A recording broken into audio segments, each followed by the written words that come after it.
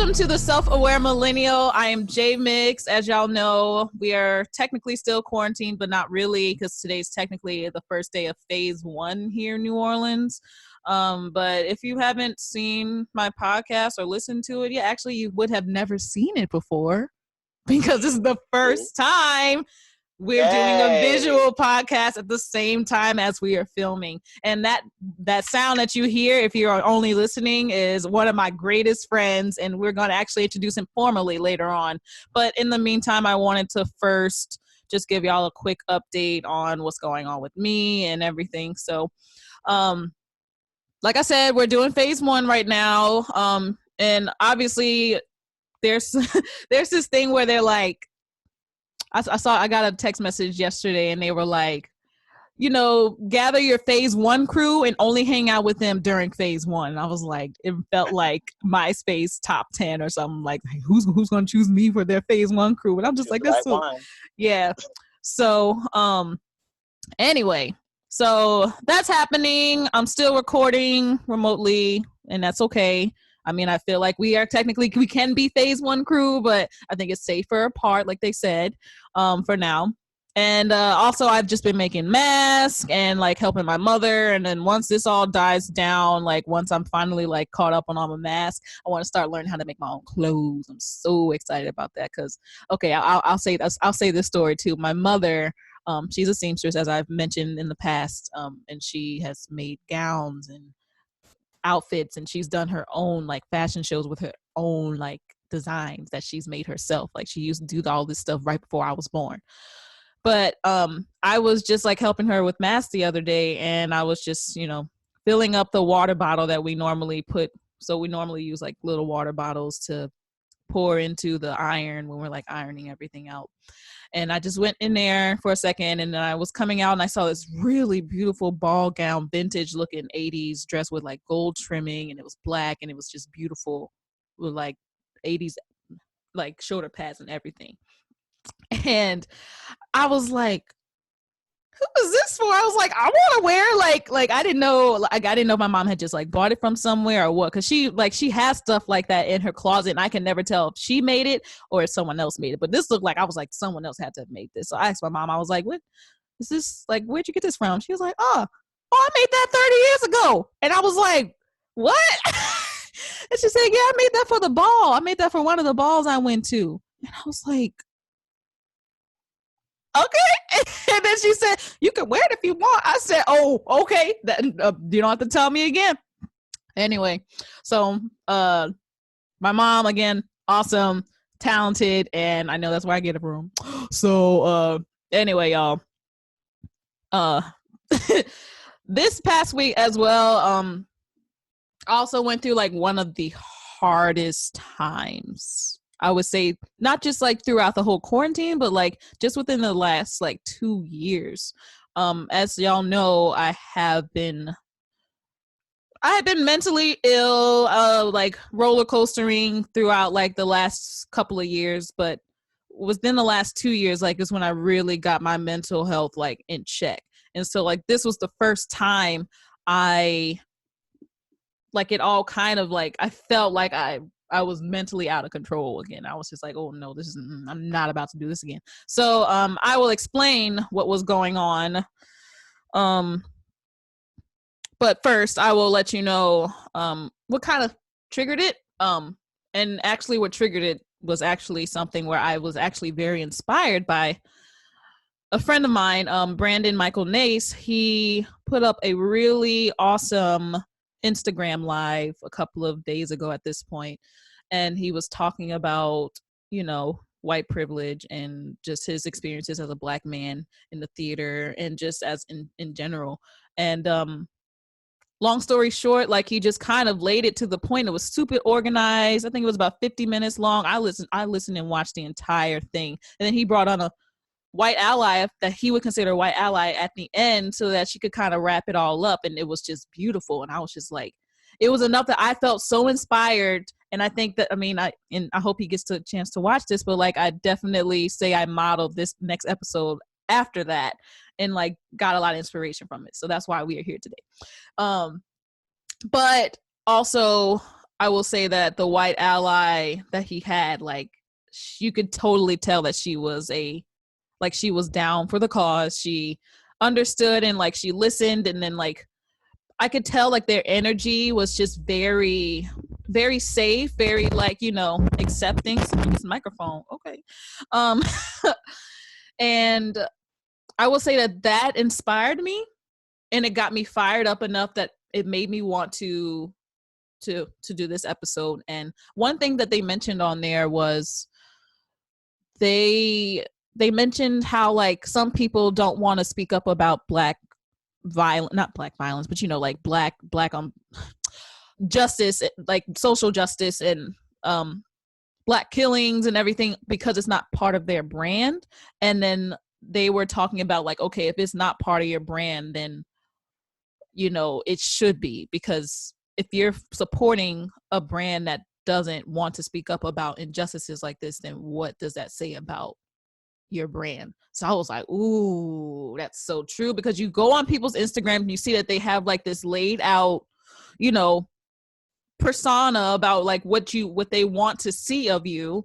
And it's like, if you are a quote unquote ally, you would include this in your profile. And you could do it in your own way. You could be creative about it. You can make it your own, but like include it in some sort of way.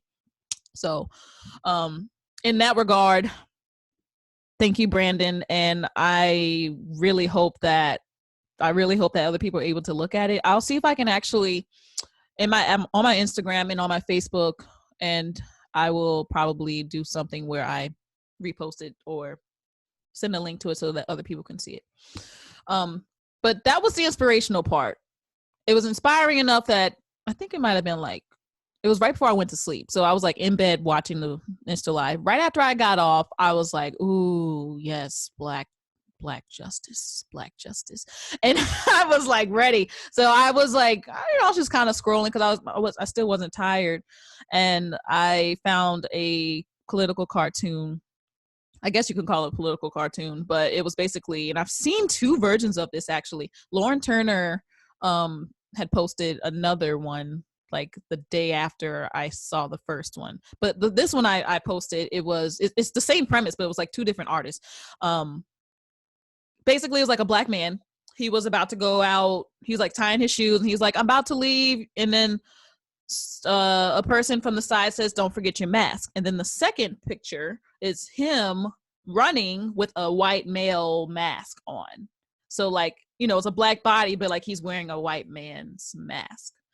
And I was like, ooh, art, black justice. Yes, I'm reposting it. And so I was like, and you know what? I had never really like dove into that on the Self-Aware Millennials Instagram page. I was like, I'm putting it on there. I'm putting it because that's part of my brand.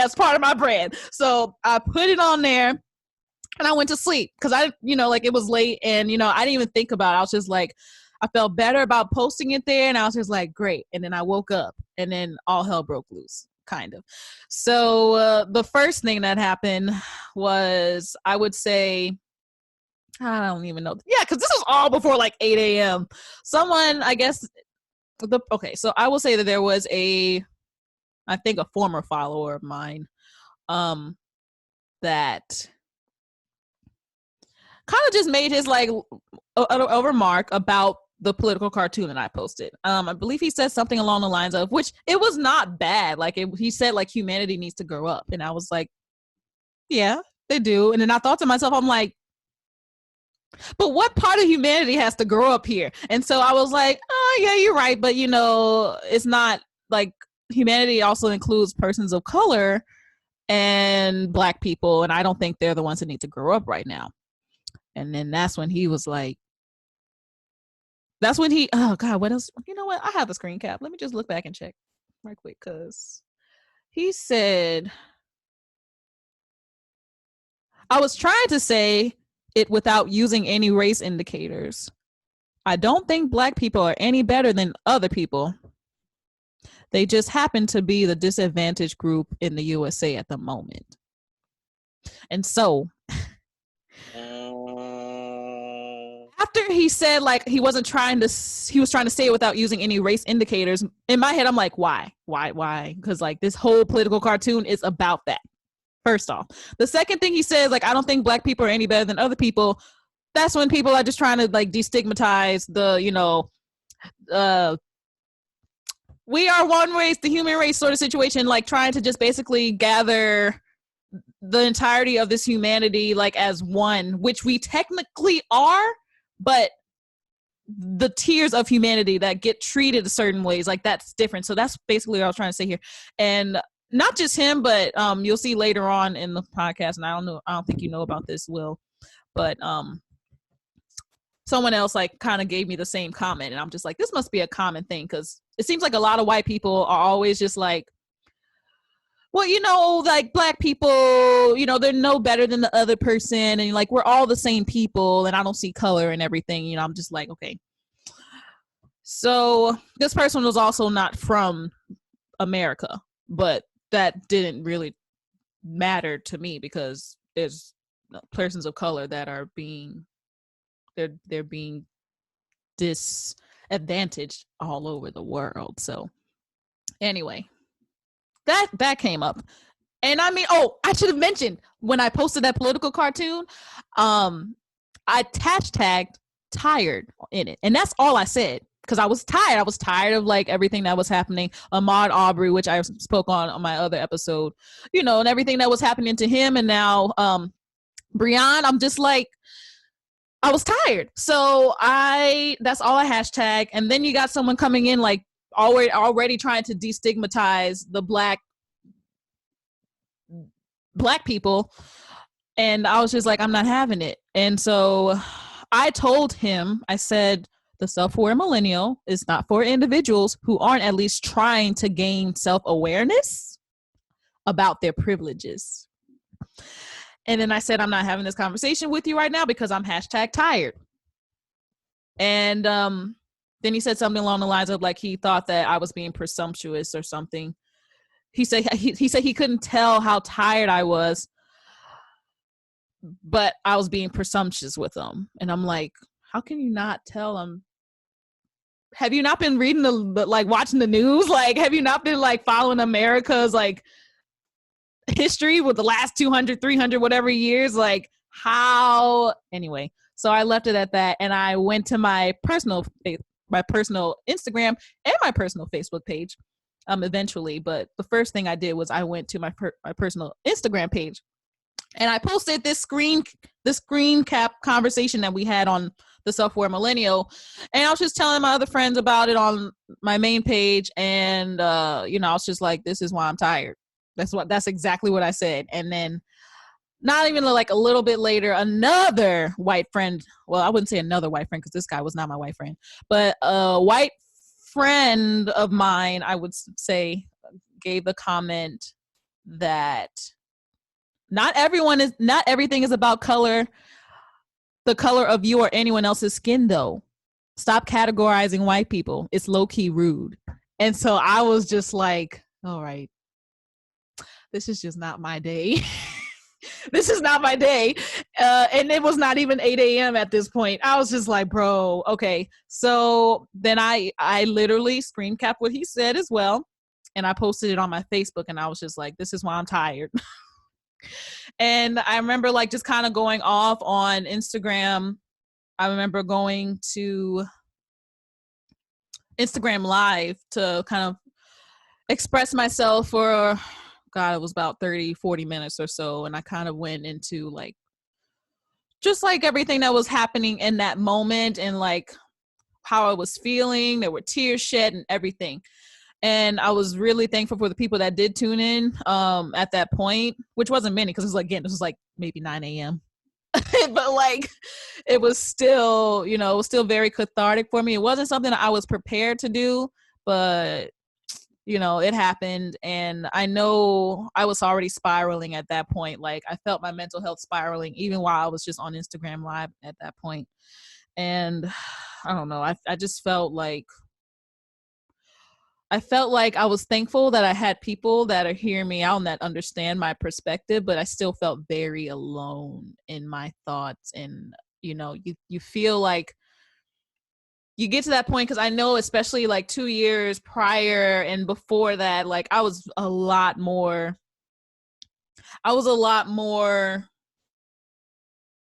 I was a lot more outspoken and a lot more rambunctious. I don't even know rambunctious is the right word, but I was a lot more involved in advocating for social justice and anything of that nature. But I kind of like trailed back because it was so mentally taxing on me, and I felt like I was having the same arguments with different people at different times, and like I was just getting tired of having to revalidate myself to people and revalidate my blackness. So I was just like, this is not worth it. And my mental health comes first. So I kind of backtrack, and I didn't really I did stuff, but I was doing stuff like silently. I was like still, signing the petitions and calling legislators and everything, but it was very like I didn't tell people I was doing it. I would just do it, and then that would be it. I'll share a meme or whatever, but I would never like speak out myself about it, not nearly as much as I used to.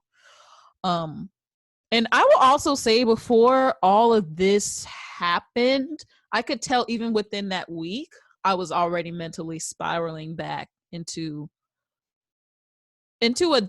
like a spot that I did not want to be in, because there were other instances, not just what just happened with me with the white guys, but I also had another instance throughout, like I think it might have been like on Facebook. Like when you get into those tangents on Facebook about like little stuff, like you'll see someone post something and then you're like, you just want to comment on it, and you don't really have to. You can just kind of let it go, because like that's not going to change their opinion or whatever, but like you just go for it, and then it doesn't even make you feel better after, usually, because like then you're just going into an argument with somebody who does not want to listen, or X, Y, and Z. That's what I felt like was happening a lot more, and I felt just emotion wise I was projecting so much more than I normally do. Not that I don't like feeling emotion, but like this was a little too much where I couldn't control it. So that's where I was like, okay, something's going on. So I realized that day I need to start taking my medications again, because I had stopped. I don't think I took anything during the quarantine at all, at least. And I can't really remember what I took beforehand, but I know at least during this quarantine time, I have not taken a single medication. And I usually don't like to take it until like I have, or like if there's something going on and I realize, okay, I need to make sure I'm mentally sound for this, so I'll take it. But like at this point, like during the quarantine, I didn't really have to worry about that until like now. And then it's unfortunate that I was doing it that way, but I mean, it is what it is. So yeah. So that's all pretty much that was going on in that. And I'm just trying to make sure that was all I had to say on that. Thank you so much for just listening to me, Will. What you mean?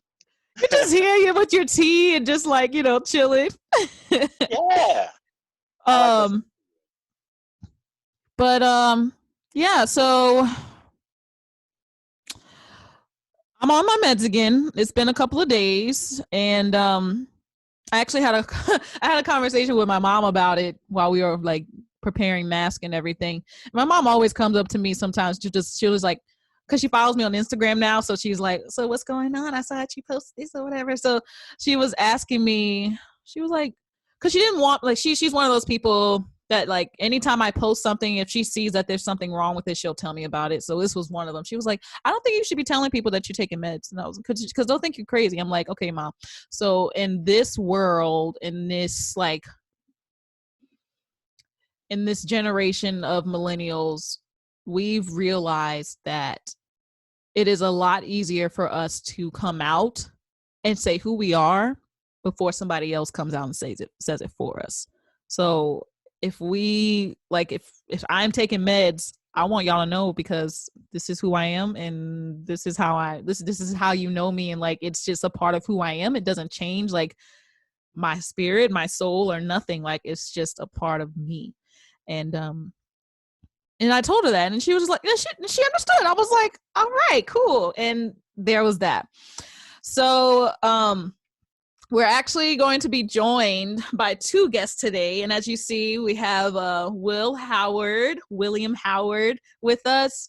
And then later on, we're going to be joined by Andy Bauer. But to kind of get into it, I've been good friends with Will since college. We used to clown and just like we had a few music classes together. But I mean, I say that majority of our friendship developed outside of class. It really did. Yeah. We would like play, like we would just like create different songs. Actually, I'm a post a pretty princess song on the Instagram. I almost thought you were gonna want us to sing it. Oh God, we could try. I don't know if it'll be like delayed or anything. Do you want a key or you got it? Oh, I got it. Okay, ready? Pretty. That's you on my note. Am I going up? You do the high. I usually go up. Yeah, you do go up. See? All right, one more time. Okay.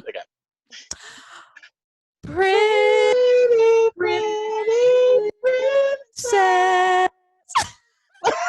Worked. It kind of worked. It kind of worked. But we made it work. We didn't rehearse that. Clearly. So anyway, like I said, we met in college. We sang and danced together in between classes.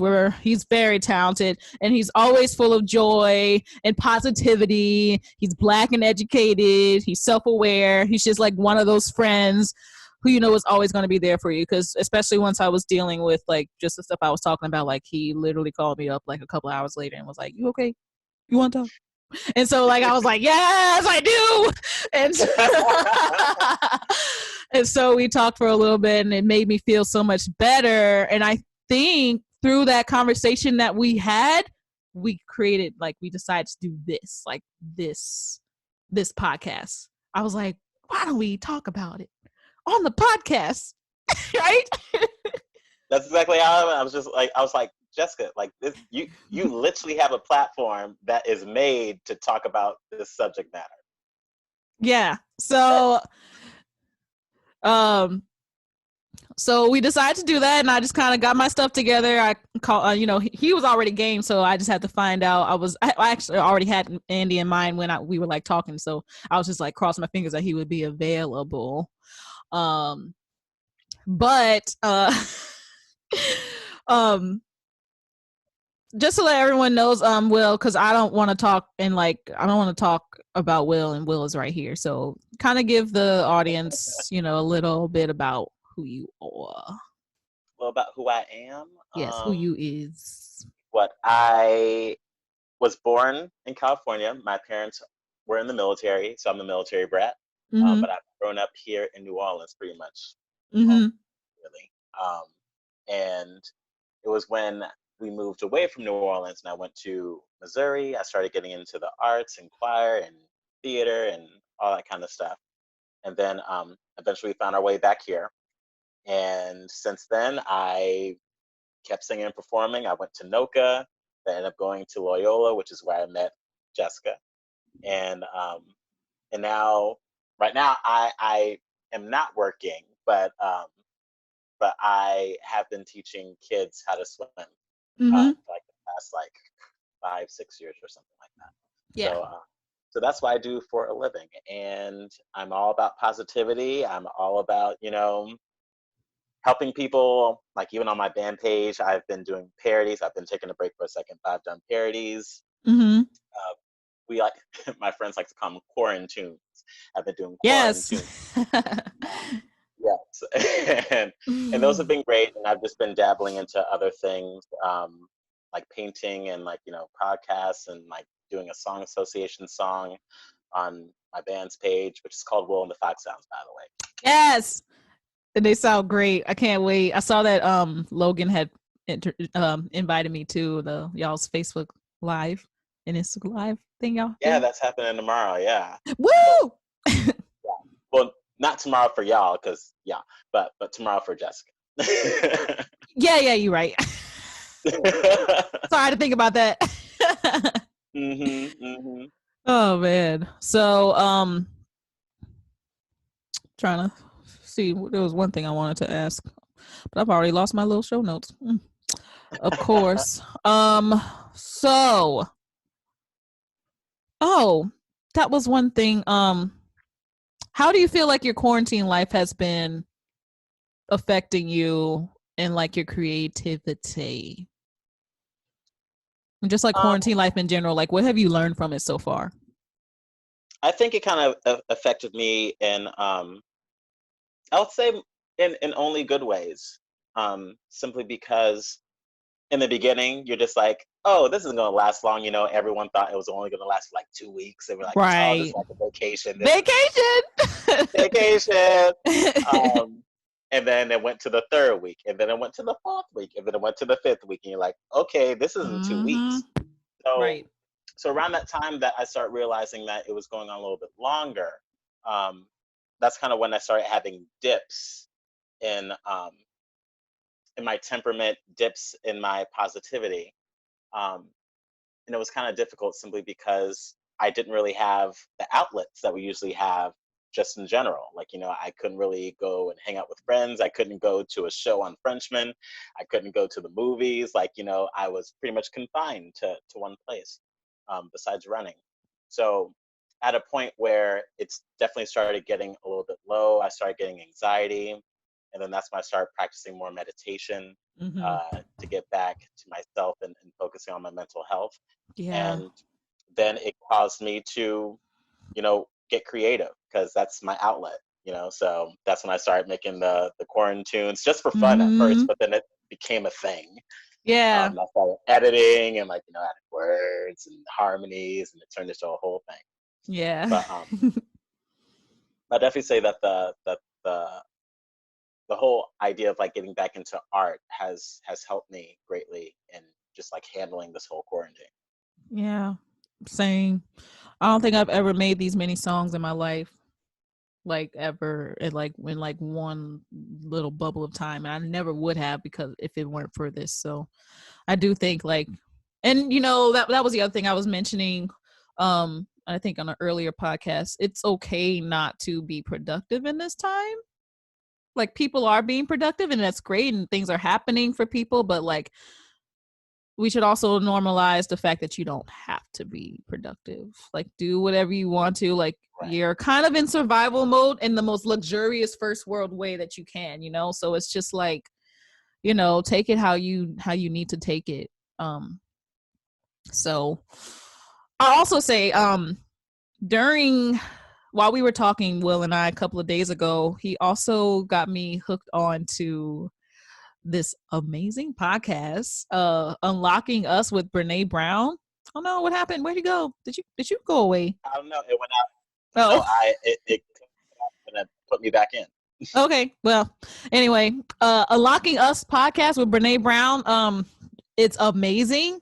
I was listening to it. It's so nice to listen to while you're sewing. Mm, um, I I'm just so grateful for it. I first listened to the suggestions that Will gave me. It was a two-part episode about apologizing and how to apologize and like the best way to apologize. And I was just hooked after that. So I just started from the beginning and think I'm like, and the thing is like I think she started her podcast during the quarantine. So like I know I'm not missing that many episodes, but she's already had so many insightful conversations with just so many people. I was listening to the one with Alicia Keys, and then I was listening to the one with Homegirl who started the Me Too movement. I was like just in complete like like in the way that she just discusses things with people, and she's just like anytime she hears someone say something that's just like quote worthy, she'll say it again, say it again. She's like, wait, yeah. I want them to hear this, I need you to say that again. It's oh man, but I want to thank you, Will, for introducing that to me, because like that really, like, especially right after all of that was going on, like that really helped me get back into like my good mental space, and it was so impactful. So thank you. um but we actually got Will on here not to just talk about our creativity, but we're talking about our blackness today. uh yes. Blackness. So and So I don't really know what I'm going to do. I don't know how I'm going to describe or like title this episode yet. So far I have like the quote eracism, or not the quote, but like the word eracism, erase racism, but like eracism. But I don't know if I'm going to use that. I want something a little bit more catchy. So as we're going through this, Will, if you want to just kind of jot down some ideas and we can kind of go over it towards the end. Yeah, see if there's something that pops out. But I wanted to first talk about, I wanted to get a quick background on how you grew up as a Black male. And I wanted to know, how has it put things into perspective for you in your current livelihood?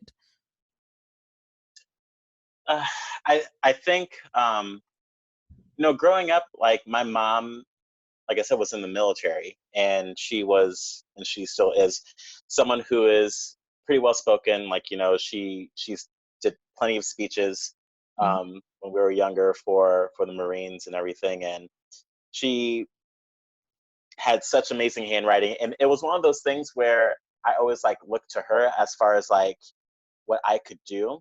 Mm-hmm. And considering that it was like a single parent household, she was my main figure to look to. Mm-hmm. So when it came to me doing anything, I would always pretty much model it after her.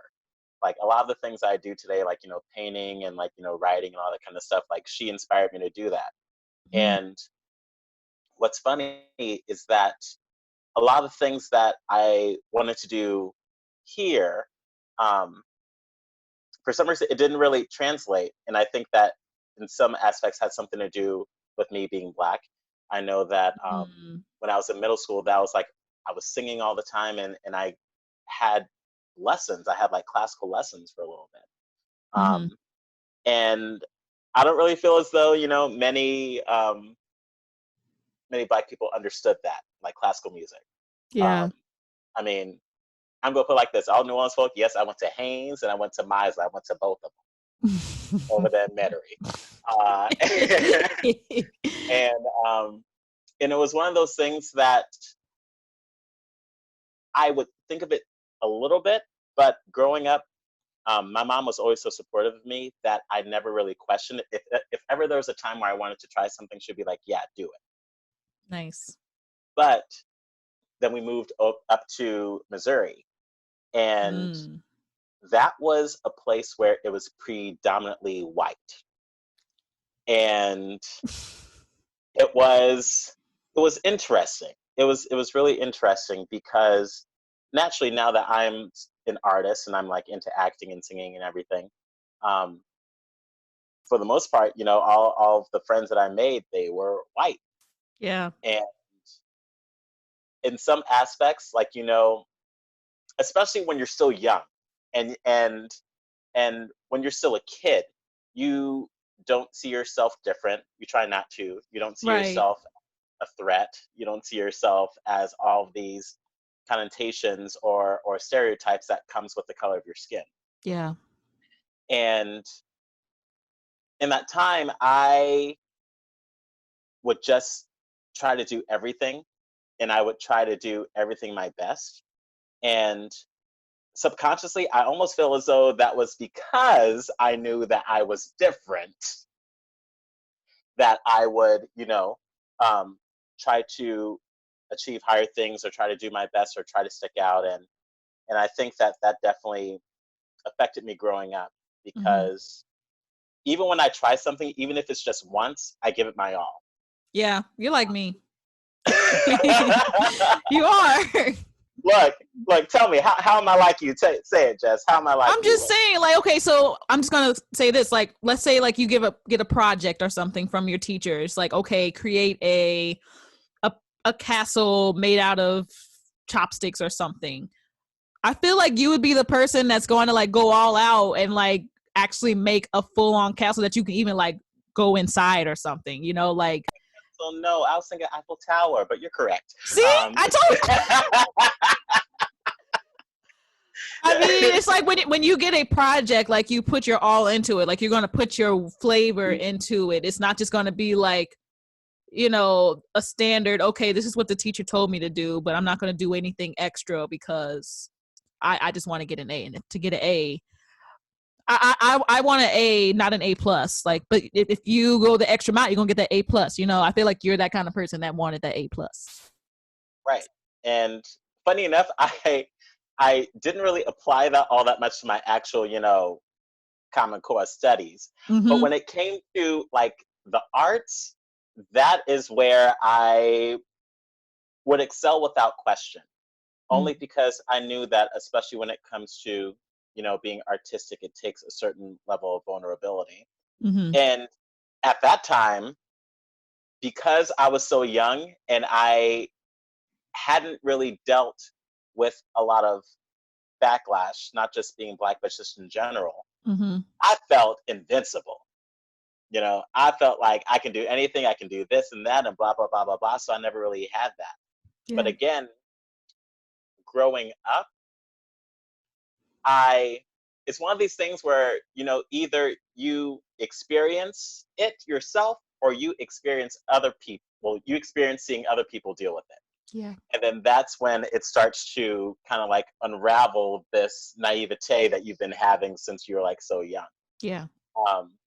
And, when I would go to like, the cast room when I was like, still in Missouri, and I would look at the photos of, previous cast from previous years. It'd be one of those things where like, you see about 20 kids from like this one show, and then you see like maybe one Black person here. You go here, and then you maybe see like two, one over there and one over there. And it's one of those things where you start to see like, wait, that's when like representation starts to like, it starts like and it starts off slow because you don't really think of it that way, but you like look at it and it's like, wait, where am I? Like, how many of me are there or have there been? Right. So that's around the time where I started seeing, I'm like, oh, I see that there's not that many of me in this. And then it starts to unravel more questions. Is it because they didn't have enough money? Is it because they were disenfranchised? Is it because, of this or that? So there's so many ideas that come with, looking at a picture or looking at a group of people and not seeing anyone that looks like you. Yeah. And it can be a lot. It can be a lot, especially when you start to think about it, where it's just like, well, why aren't there? And that's right. where right. Go yeah. hollow. And I feel like those sort of environments aren't going to, they're not going to like outwardly acknowledge your color, even though like they know you're different. You know what I mean? They're not going to acknowledge that, yes, you are a Black man and you're definitely, you should be more protected or whatever. But like, I just feel like, especially in those communities, because I went to a predominantly white high school as well. And, I'm looking at cast photos and I don't see anybody, I don't see anybody really in any of those cast photos either. And, not really realizing that you are one of those people that you don't see right now. Yes. So right. Exactly. Yeah. And like not being able to really come to terms with it until after for me, it was until after really, it was closer to when I left the school, when I was graduating, but definitely after I graduated already. Now I always think back to, at least in my high school, they have this like instant theater, they call it. It's basically almost like a talent show, but it's not a talent show. You just kind of show, like the students get to show off like their little one acts, whether it be like a scene or a song or a dance or whatever. But I decided to take it upon myself to learn strange fruit. Ah! The white audience! It was so good. It felt so good to play it. And the funny thing is like you have to, before they even have perform the acts on the stage, you have to go through the like director to make sure the director needs to see it before you do it. They can approve it, right? Yeah, they're gonna approve it like a couple of days or whatever, a week or whatever before the actual performance. And she approved it, and I was like, bit and learned Strange Fruit, and I played it for the audience. Silence after I finished. Slow claps after. Wow.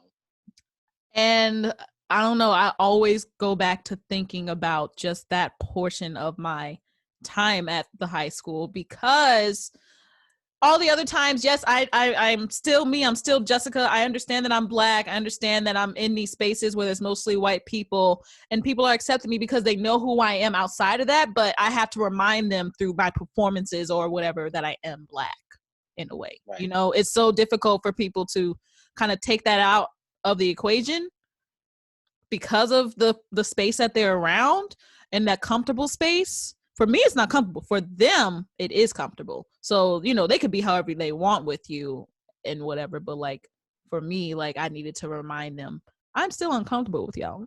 So that's why I just... It goes to that. It's connected to that whole idea. And I'm going to say it in big quotes. You know what they say? I don't see color. That... Don't get me started, Will. We haven't even gotten like we are only on like the surface of what we're going to be talking about today. Like Andy hasn't even gotten here yet. We're not even like through like, okay, and I'll let you know, Andy said he's already ready to come on, but he's being so Andy's like, I don't want to get into the space of the Black space. You know, like he doesn't want to feel like his white presence is going to alter our conversation. So he said like, you know, I told him I'd let him know when we're ready for him, because you know he doesn't want to be ready until we're ready or something. So I'm like, okay, whatever. All right, Andy. Okay, but he's still there. Like he's really, I'm telling you, this is why he's a white ally. Like he understands it. He knows he can't just. He knows as a white ally, or I wouldn't say all white allies, but definitely him. He knows that not all spaces are for him, and that there is a point like that. Yes, Black people can be with each other to like converse with each other, to, you know, pull each other up and like encourage each other, so that we have that strength to then go to our white allies and talk about the things that, you know, that we're talking in our Black circles about. But only if they give us that space, because sometimes white people just want to jump in while we're trying to have a conversation, and then it's like, you know. So I get that, and I really appreciate him for that. So Andy will come on when I tell him that we're ready. Yeah. So, and I want to talk about this with you and Andy, but I think I want to at least get your ideas on it first, because this conversation that we're having today for the podcast is mostly on how we communicate with each other from different cultures. Black culture, white culture, basically. But it can be applied to any culture that we are trying to discuss and that have different cultural differences and like different communication styles and whatever. But throughout the last decade, social media has just been like a powerful tool in bringing modern day lynchings of Black people to reality. It's been enough that with a click of a button, you can reshare. That's clickbait, and you can show others who wouldn't otherwise have known that it was happening in the first place. I will attest that I have done this several times, and I've noticed a trend on Facebook algorithmically that my person of color friends were definitely flooding my newsfeed with lynchings and protest information and all kinds of stuff, a lot more than my white friends. My white friends were just posting like cat memes and like cat videos and like memes and stuff like that. It's almost like they didn't even know what was happening, even though it was like right there in our faces, or at least that's what was showing up on my timeline, and it was very interesting. So did you notice that difference, especially like, okay, let's say like the first big one that I can definitely say, let's say in the timeline of all the different lynchings that we have experienced during our social media phases, would you say, like, I think Trayvon would have been the first one. Like, that was the first one that people were like, all right, this is wrong. We need to figure this out. Like, but did you notice, Will, that you also noticed that this was going on on your social media feeds, where it was like your black friends were a lot more outspoken about it than your white friends? Yeah. I think, and it definitely goes back to what you say as far as like, algorithm, algorithm, Algorithmic. algorithm. Yeah. Yeah. And it goes back to that because knowing that the algorithm caters to what you're already interested in. Mm-hmm. So if you don't look for social injustice, it's not going to give you social injustice to Right. review. So that also comes into question: are you fully aware, or are you taking the time and energy to be informed of the social injustice? Right. So it's like, it comes back to, it's like, okay, well, sure, if you're not being shown that, I get it. But at the same time, if we're going based off the algorithm, it's not showing up for you because you're not actively looking into it or getting involved within the subject matter. Right. Yep.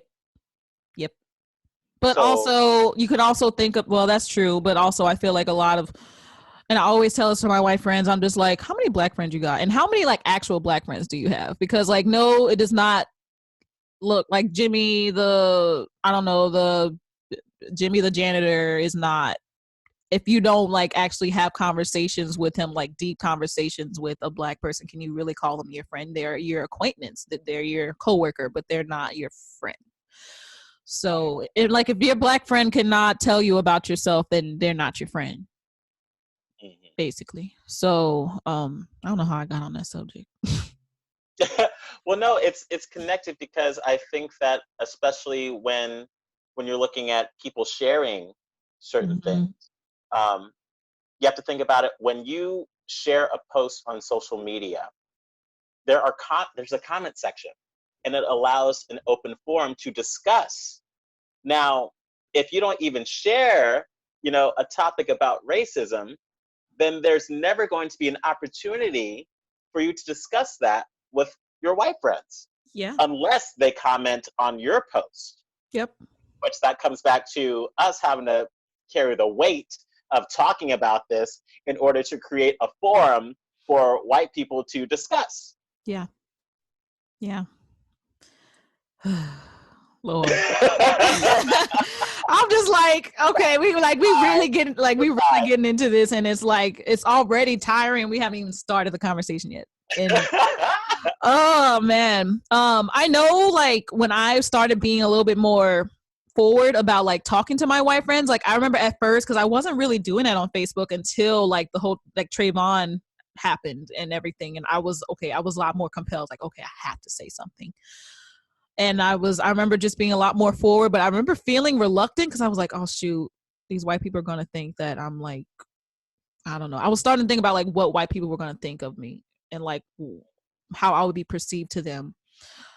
And I remember just like feeling like I was gonna intrude their white bubble in a way. And I mean, I technically did, but like I was afraid of that at that point because I was just like, oh man, they're not gonna like me anymore. Like they're really gonna like disagree and everything. Like I was more anxious about the thought of them not wanting to like be associated with me anymore than I was with the actual issue that I had in the first place, like Trayvon. Like I'm more worried about these white people who don't even care about Trayvon. I should care more about Trayvon and tell people about what's going on with Trayvon. And if they don't like it, then they just don't like, not that they don't like black people, but like when it comes to talking about black issues, like that says a lot about who they are.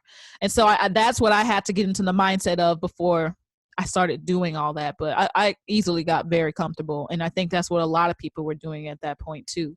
We were definitely learning and developing a dialogue throughout the next couple of years on how to address race to white people that we're friends with online. So do you feel like you did that as well? Like it was something that you had to kind of develop, like it was a little bit difficult at the beginning because you just didn't know what verbiage to use?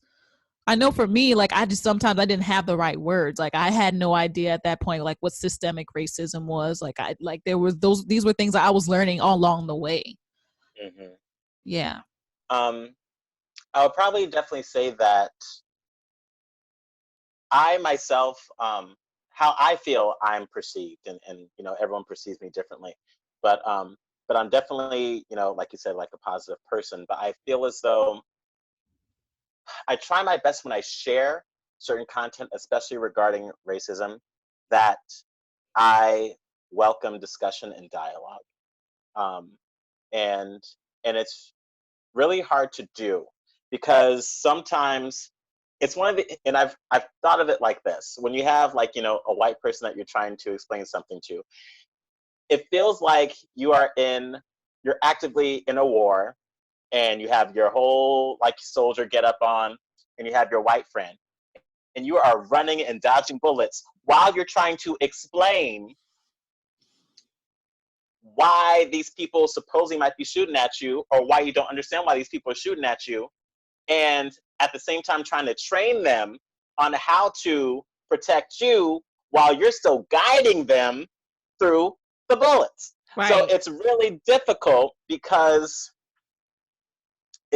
because when you have a social media platform, um, you want to start discussions, but at the same time, and I think we're probably going to get into this at some point, um, we can be so passionate and at the same time very heated Yeah. that, you know, some white people might not feel comfortable discussing Yep.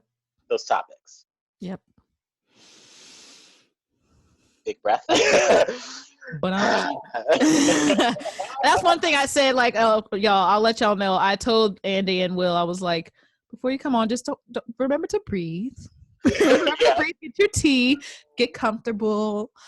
Cause like this is not easy stuff to talk about. But that's one thing about me. I know if it's uncomfortable, that means it needs to be talked about or it needs to be addressed, Otherwise, like you'll never have freedom.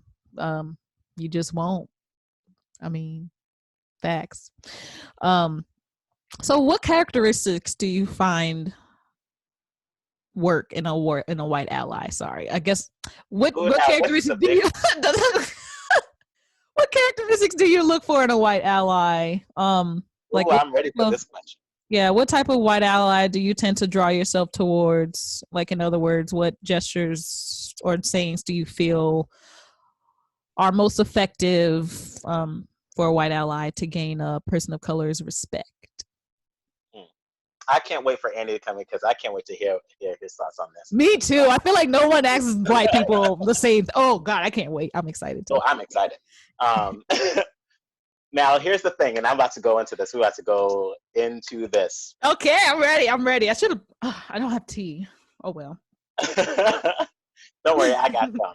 Okay. It's Moroccan mint. Woo. Here's what everyone has to understand about being an ally, about being a white ally. Yeah. Is that it is not a yes or no thing. It, like racism, is a spectrum. And you have to acknowledge that you are also human and you are not going to be perfect at this, nor is anyone hoping, well, we would love to hope for everybody to be perfect at this, but no one is pushing you to be perfect. Yeah. What we look for is effort in your growth as an ally. We all know that you're not going to be perfect. We all know that sometimes you're going to fall short. But the first step is acknowledging that you're falling short, that you missed an opportunity where you could have stood up for someone. Ooh. If you can even be self-aware, welcome to Self-Aware Millennial. Hey! Listen, you have to be self-aware before you can even think about helping anyone, because you first have to acknowledge your own privileges before you can even think about helping anyone else. And oh Lord, this is like if anything, the self-aware millennial, like the main thing you need to know is to look after yourself, understand yourself before you try to understand anybody else. Love yourself before you love somebody else. Know your privileges before you try to talk about. Oh, okay, keep going. Sorry. I'm just. Yeah. I know. Go ahead. I know. Go ahead. And here's the thing about being a white ally is that because you have to be self-aware, because here's the thing about being a white ally. You are using the white privilege that you're given against the white privilege that people continue to give you. And you can weaponize that by helping other people, helping other minorities. So, and you know, Jessica, you remember I made that post about how, like, you know, white allies, you know, we appreciate you sharing stuff online. We appreciate y'all, like, you know, vocalizing your feelings and your opinions online. We see you, we appreciate it. But know that there is something that only you can do that I can't do. We can both share the same post. That's fine. Yeah. But realize that as a white person, your voice is louder. Their voice is louder than us. Here's the thing. I wouldn't even say their voice is louder. I would say that we can both be just as loud, but who's going to take the fingers out of their ears to even listen to what we have to say? Right. Other white people are going to take the time to listen to you. We can both be speaking as loud as each other, yelling. Well, you're right. Yeah, you're right. The voices are the same. It's just that some voices matter more than others. Period. Exactly. Period. So you have to acknowledge your white privilege and your power behind closed doors. We can all have a discussion online. Like, the comment section is open to everyone. But understand that when you are at Thanksgiving dinner and you have the rest of your white family who's saying things, understand they wouldn't say that with a person of color around. They wouldn't say that with me around. But they would say that with you around because you are white. Yeah. So acknowledge that you have access. Like, this is a very important thing that people have to recognize. They have access to these conversations. Yeah. And when it comes to being an ally, you have to be willing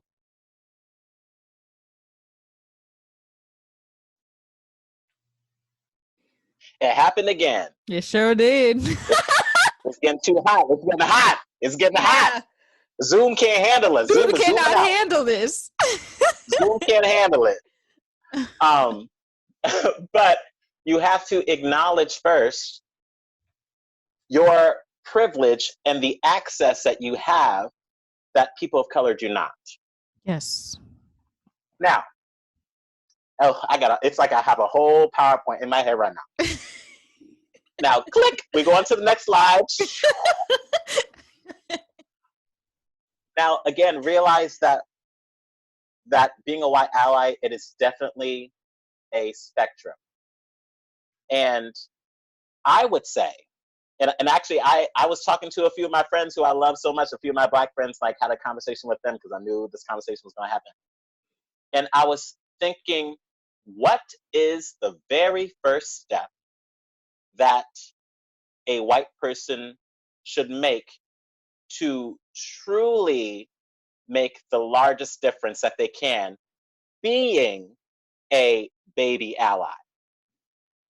Now, of course, like I said, I don't consider the idea of, sharing stuff online, because anybody can do that. Anybody can share something. Yeah. So that doesn't really put you on the front lines. That doesn't really put you in the thick of it. So I'm not even going to count that. The first thing that I feel a white ally should do is take control of their atmosphere, take control of their circle. Let your circle know that word that you used, I don't appreciate it, and I will not accept that. And if I see that you speak that language, even when you're not in my presence, I'm going to have to reconsider our relationship or the fact that we should even have it. Because you can't go ahead and I'll put it like this. It's easier to talk to someone you don't know. Yep. About it sure discrimination is. and everything. because you have nothing to lose. You have no emotional ties to them. It's like having None. sex with somebody that you don't Yeah. you don't know. No You don't emotional know. tie. You know. Okay, you can leave now. All right. Bye-bye. Yeah. No, I won't be seeing you next time. But no, it was a good time. All right, Yeah. bye-bye. It's a hit and quit. It's a hit and quit. Yeah.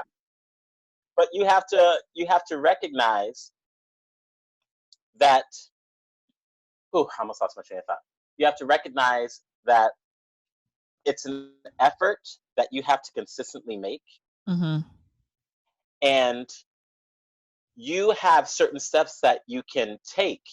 And when it comes to the people around you, I put it like this. Steve Harvey once said, if you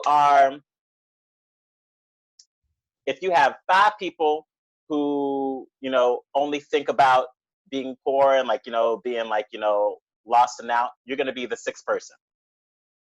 Mm. How you surround yourself is what you are accepting and what you are embracing. Yep. So if you are surrounding yourself, you are a product of your environment. Exactly. You're a product of your environment. So you have to start with your circle. Yep. You have to start there. You have to set boundaries. Yep. And what also came to mind, I made a huge note of this, Jessica, because I was ready. Being the person that I am, I'm someone who's very about emotion and feeling and mm-hmm. vulnerability and comfortability. Mm-hmm. White allies, y'all have to realize something. When you speak out, it is going to be uncomfortable. It is going to feel vulnerable. Yep. You cannot put yourself in that position and not feel those emotions. So one thing I want y'all to know is that y'all have to accept that that's how it's going to feel. Yep. And I'll also let you know that you're only feeling that for a moment. That feeling of uncomfortability and vulnerability that you feel is only but a percentage of what we feel every single day as Black people. Amen. Yep. As you were saying that, that's what I was thinking. Yep. And that's the thing, because that's what being an ally is. It's putting yourself on the front lines. Yep. Putting yourself on the front lines with those people. It's very easy to point fingers and talk about what you're doing. It's very easy to talk. But where's the action? Yeah. Where's the action? Yeah. So I say, as far as being an ally, you first have to realize that it's going to feel vulnerable. Mm-hmm. It's going to be hard. No Black person thinks that it's going to be easy, especially when you're talking about the people that you grew up with. Yep. Especially when you're talking about your family. Yep. And it's easy not to act simply because, I put it like this, nostalgia is a very powerful thing. Nostalgia is a very powerful thing.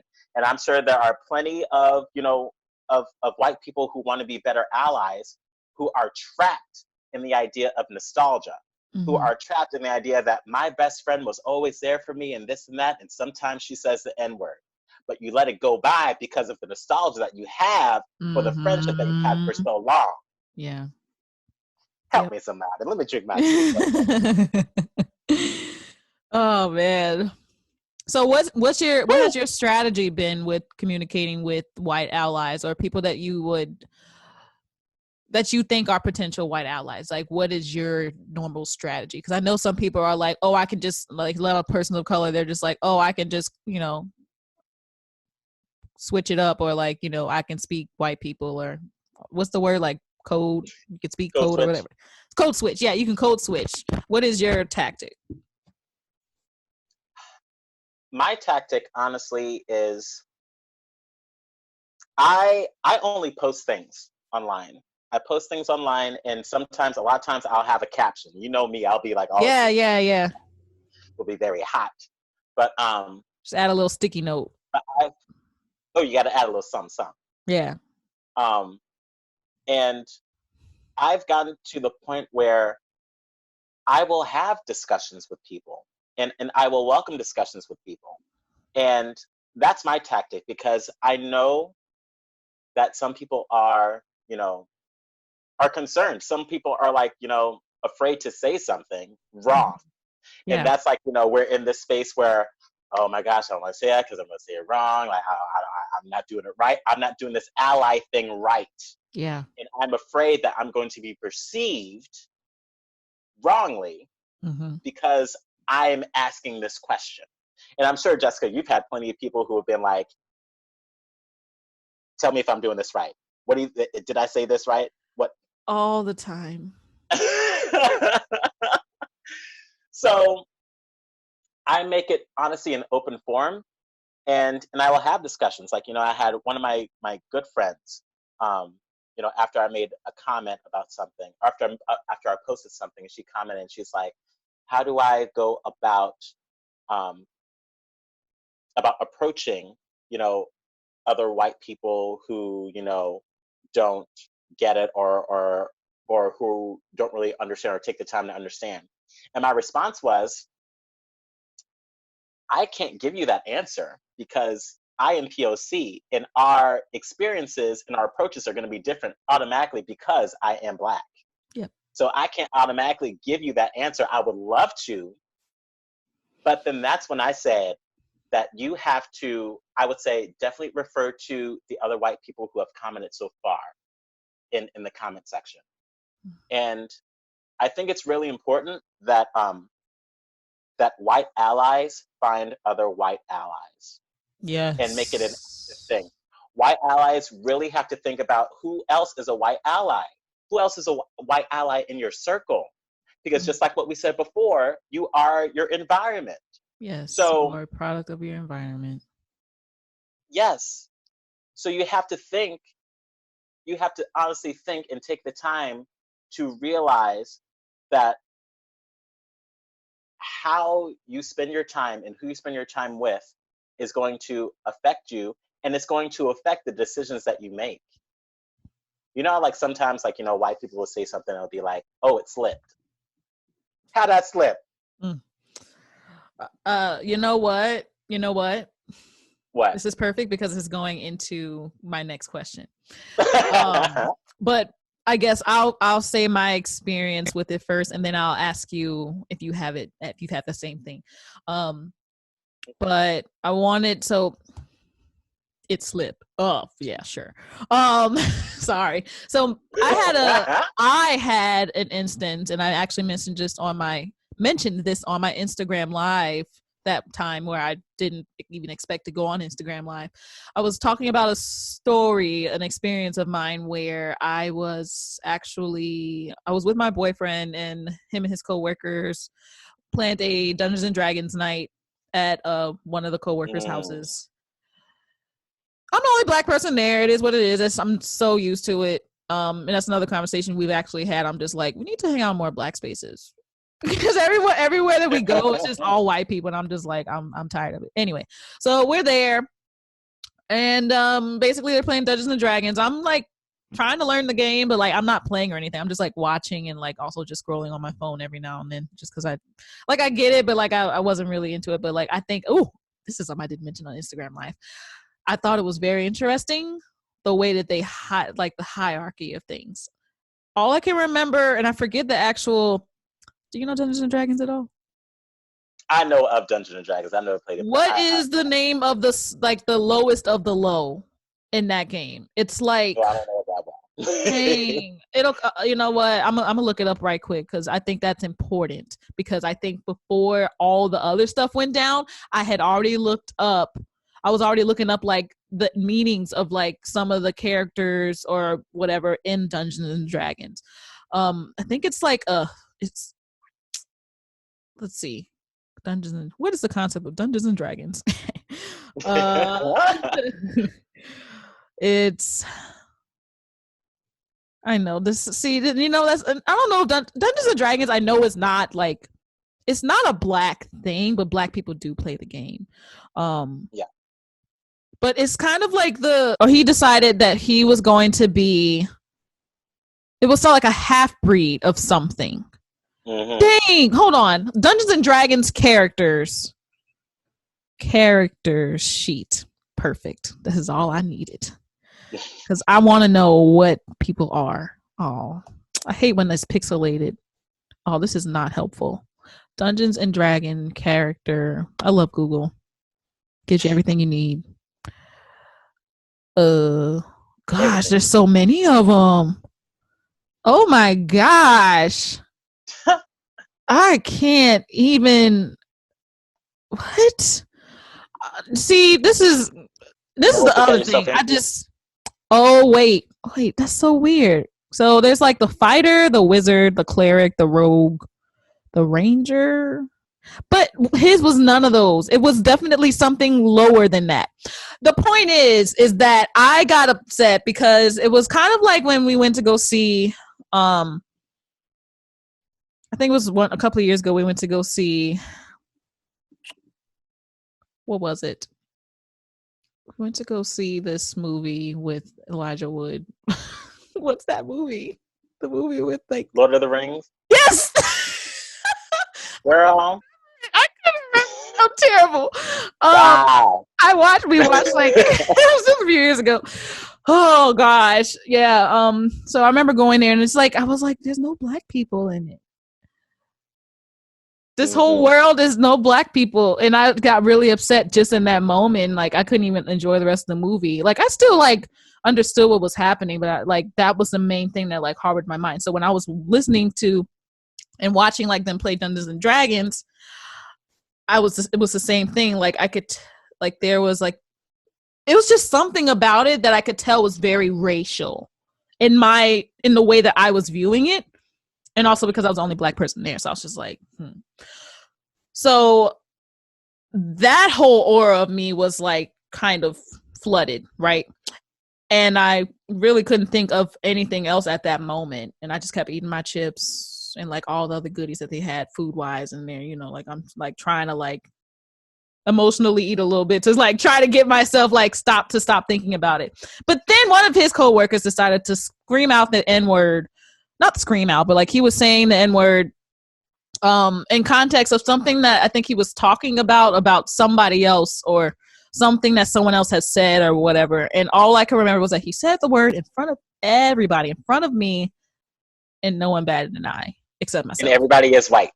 And everybody's white. Everybody else is white except for you. Mm-hmm. Yes. So I literally was just like, I can't believe it's like, are we just going to pretend this didn't happen?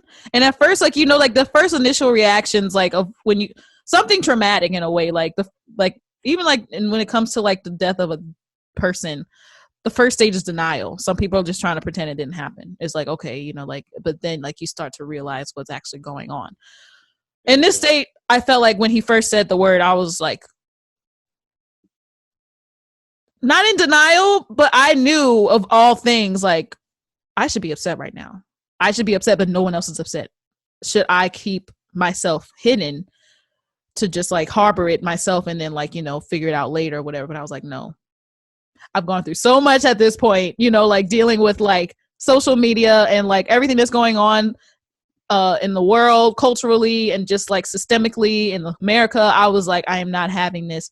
We've had these conversations. And then I think the biggest thing of all was that when he said this, I had already been talking to my boyfriend about this, who was white. He did not do a thing.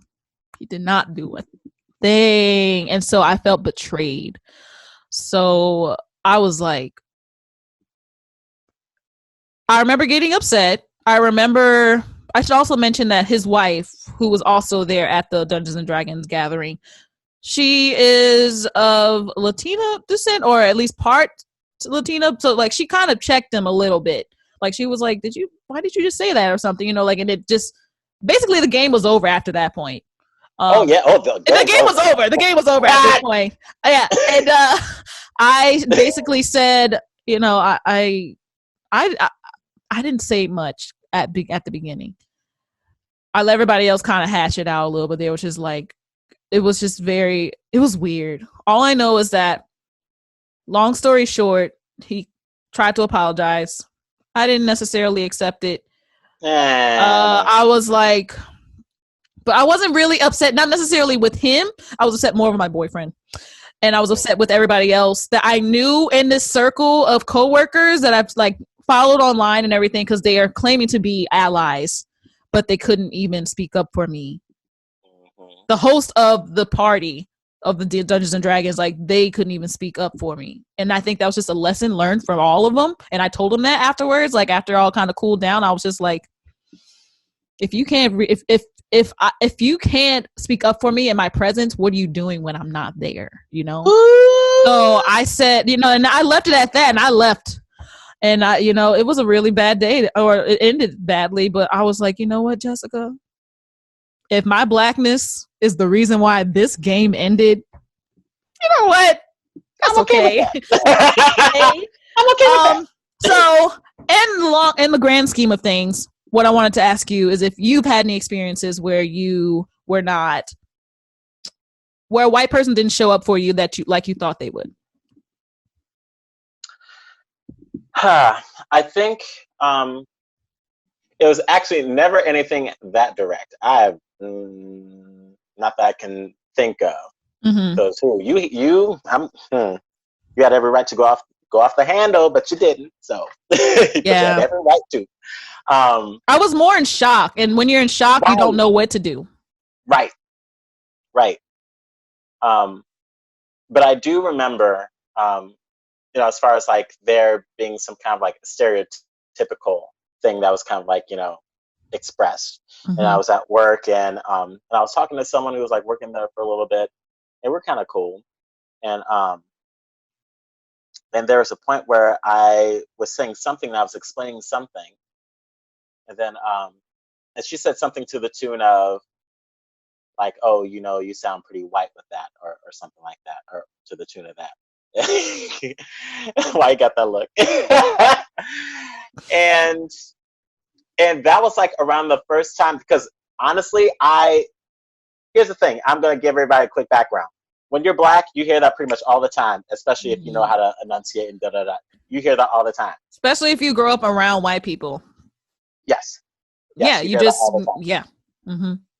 But this was honestly, I think, like the first time that I heard a white person tell me that directly. That's so interesting. and I, like, it was one of those things where I didn't like even think. I was just like, I said, that's not right. It's just like, what do you mean? I'm just like, and I'm very surprised by how calm I took it, because I was just like, well, you know, intelligence doesn't belong solely to white people. And you're saying that I'm intelligent because I'm acting like a white person, but I'm not a white person and I'm still intelligent. So hey, something like that, you know? And then she was like, oh, I'm sorry, I didn't mean anything. I'm like, no, you did. It's I look, I'm not holding on to that bad energy, but I'm letting you know.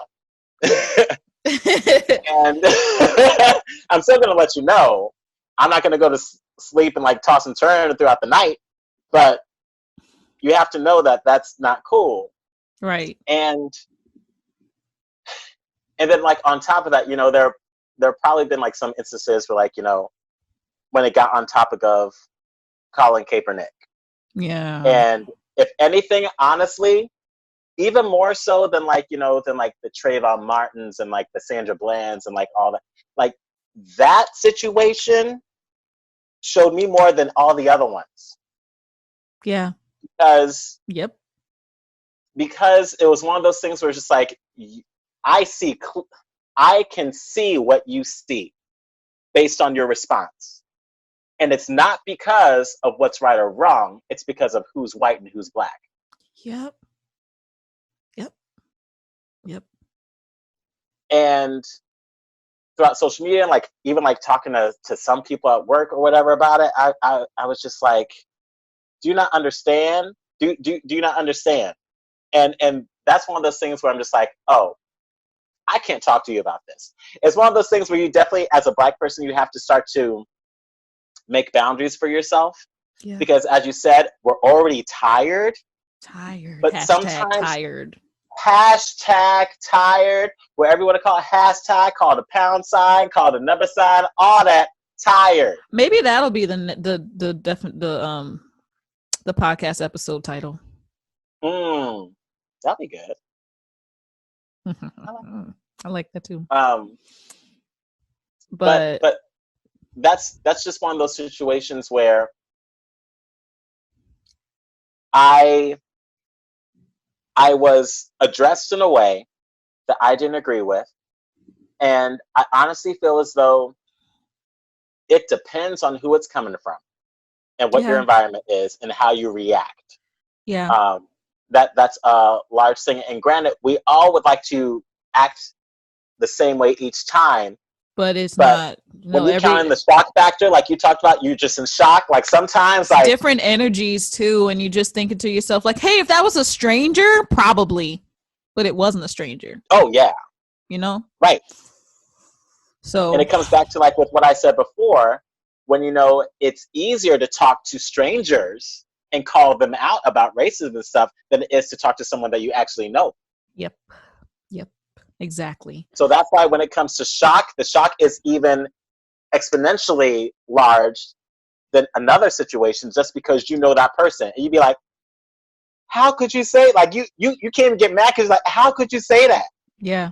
Not even that you said it in front of me, but the fact that you just even said it at all. Like, how could you? You just be in shock. You don't even know how to respond. Mm-hmm.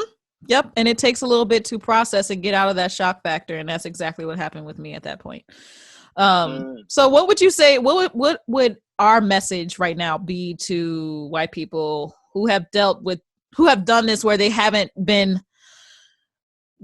come through for their Black person of color and like some sort of instance? How can they grow and learn from that? Like, what I feel like they know clearly, especially if the Black person comes out and says, you could have stood up for me, right? But like, what can they actively be doing to make sure that doesn't happen again? Again, I feel as though it all starts with your circle. It starts with because here's the thing about it, what y'all have to realize, especially as far as being an ally, is that it's not a one-time thing. It takes practice. Yep. It takes practice. You're not going to be on all the time. Y'all just expect, I know what I'm going to say. I'm going to let some of y'all know. Some of y'all going to have to practice in the mirror a few times. Some of y'all going to have to write it out a few times. Some of y'all going to have to be on the computer and write it out sometimes. Because here's the thing, especially in those situations, Jess, that's why shock is such a strong thing, because you don't anticipate it. Yeah. If you want to be a white ally, you have to anticipate getting into a verbal conflict and dialogue with someone. So you have to practice that. Yeah. So that you can be ready to stand up for your POC friends. Right. And I think it also starts in, like you said, your circle, but I think, and that's what a lot of people doesn't like, their families. Like if they hear a family member say something off the handle, or, racial, racist, being strong enough and willing enough to defend your Black brothers and sisters in their absence. Yeah, in their absence. I mean, it's definitely like what we said before, like nostalgia is a very powerful thing. And nostalgia also makes you give allowances to people who don't deserve them simply because of the history. Yeah. And I understand. And here's the thing, I get it. There's some people in my life who are Black where I'm just like, why am I still talking to you? You're my family, and I get that. Yeah. But I myself have practiced that in other situations.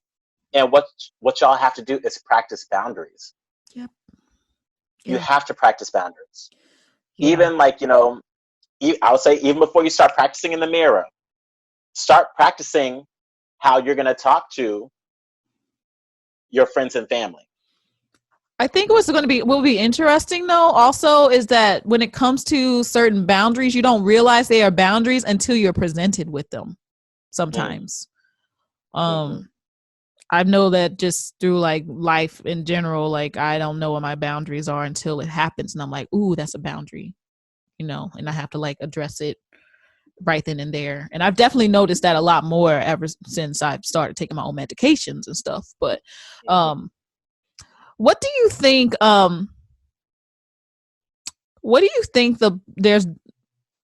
so I would say like especially in this society, it feels like it's just the Black community complaining about white people all the time, and just like that they are the ones at fault.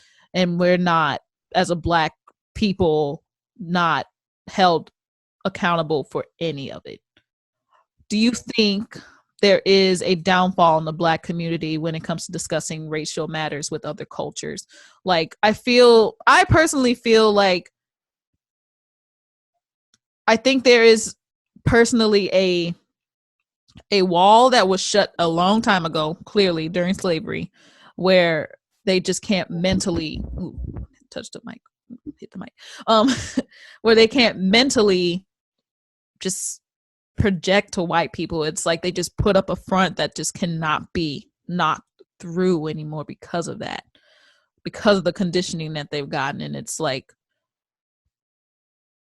I still feel like that is something that can be broken through, and there's people like, I say, like you and me, that are able to kind of break through that in order to start talking to white people about it. But there's other Black people that are like, it ain't worth it, girl, it ain't worth it, like, don't even, like, it's not even a thing, like they're just very adamant about like preserving their own as Black people, which is great, but like preserving a Black culture, I feel, is very difficult because it's already systemically,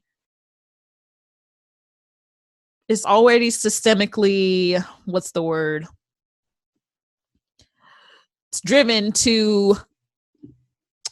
It's already systemically driven and not in our favor. So it's like you have to reach out to white people who technically have the power in a way to get you out of X or Y and Z situation. I mean, there are ways around it, but it's like, if you don't have white connections or people with like some sort of like, I'm saying that it would be a lot harder than it would be to just like stay in your Black circle. It's kind of like when white people, like some white people just decide to be around white people. They don't even want to interact with Black people. But does that make it wrong that Black people don't want to interact with white people at all either? Like, is it really wrong? That was a long question, but I hope that. So, okay. So the question is like, what do I think the downfalls are within our community regarding not just white people, but other people, or just white people? Black people. Just, I'm sorry, white people. Okay. Black people, and what are our problems with communicating with white people? Where can we go? What can we do better on our front? Yeah. I think that I honestly feel as though we again, I think the best thing for Black people is to set boundaries. Because I feel like we say a lot. Like, we're always like, anytime anyone is killed, we're the first person to say something. Like, we're constantly on all the time. Mm-hmm. And sometimes you have to recognize when a conversation isn't going the way that you intended to. Because a lot of times, if we allow a conversation to go further than it should, then it's very easy to miss the understanding between each other. Mm-hmm. And at the same time, that's when you start to waste your energy. That's when you start to get exhausted. Like, a lot of times whenever here's the thing, I'm about to put this out here. I never unfriend anybody on my Facebook, and I've had some friends who I've gotten into about all different kinds of issues, but they always unfriend me. I never unfriend them, even when I check them. I don't. Yeah. Them. And I was the same way. I was like, I'm not going to delete you. If you're going to delete me, you're going to delete me. But like, it's good to have different opinions, because you don't want to just have a one track Facebook around, like, people that you interact with. You don't want them to all be of the same, And of course, and there's like, to a certain extent, like, you can't just be letting anybody just be saying anything on your timeline. Like, I'm not saying anybody, I'm not going for anybody, but y'all get the point. But the idea is that you have to know and you have to acknowledge when the conversation is not serving the purpose. Yeah. And you have to back yourself away from that. Yeah. And I've had to do that a number of times, because sometimes I'll be like, get out. I'm like, no, you're going to understand. You're going to hear me today. And basically, I mean, like, again, you know, white people aren't hardwired for that. Yeah. To listen to POC and Black people. Yeah. So I also think when it comes to communication, I think it also comes to communication. It's a lot easier for, I would say, like, Black people, we can communicate, but I think our communication styles are a lot different. They're not nearly as, it could be difficult for some people to develop, like, they can feel everything that they're feeling and they can't express it because they don't have the vocabulary sometimes. And it's very difficult. I know that was me at the beginning. I was like, I have all these feelings, but I don't know what they are. And it's funny because, like, every time I think about, especially in, like, instances like what happened a couple of days ago, I felt myself going into the quote unquote sunken place from Get Out. You know, I was like, I know, like, the sunken place, like, I use that metaphor all the time now. Like, this is how it feels. You're going into a sunken place you can't get out. Right. So, Lord. No, actually, I agree with that. And I would definitely say between those two, like, yes, both of those, like, setting boundaries, but also, you know, exactly what you said. Remind me what you said again. See, I'm already. I was talking about Get Out and being in the sunken place. When you're, like, like, when you're talking about these discussions with, like, white people, and you feel like you, like, even if it's in person, but, like, also online, it's like you just feel like you're not getting into it. Yeah, you're going into a sunken place, and you know that's when it's time to shut it off. You know you're not going to. I remember. Yes. So here's the thing. Like, as far as, like, Black people, like, if this is something that we feel we have to do, if this is something that we want to do, here's the thing. Sometimes some things happen to a Black person, and I don't have any energy to put towards it because I feel so hurt. I feel so vulnerable, and setting those boundaries as far as that's concerned. Now, when I do get into it, I would say, you know, Black people just continue to research, continue to read. Be educated. Because white people love for you to have your facts together before they, like, prove it to me. They love facts. They love, like, you know, like, give me a link. Okay, is this link? White people. Do they, though? No, I'm just kidding. Because they're going to be a lot more inclined to listen to you if you have your facts and, like, your papers and, like, receipts, basically, in order for them to, like, really listen to you. Otherwise, they're going to be like, oh, you're just going off of emotion and this is just semantics or something like that. Like, it's a whole bunch of, Because at the same time, it takes, like, you having to realize who you're talking to. Right. Some white people are more driven by emotion, so you can go that route. Some people require more facts, so you can go that route. So it really depends. If, and again, and I'm not saying that you have to, if you want to get into discussions, you have to be aware of your audience. So, hey. Well, speaking of white people, Andy is about to join us.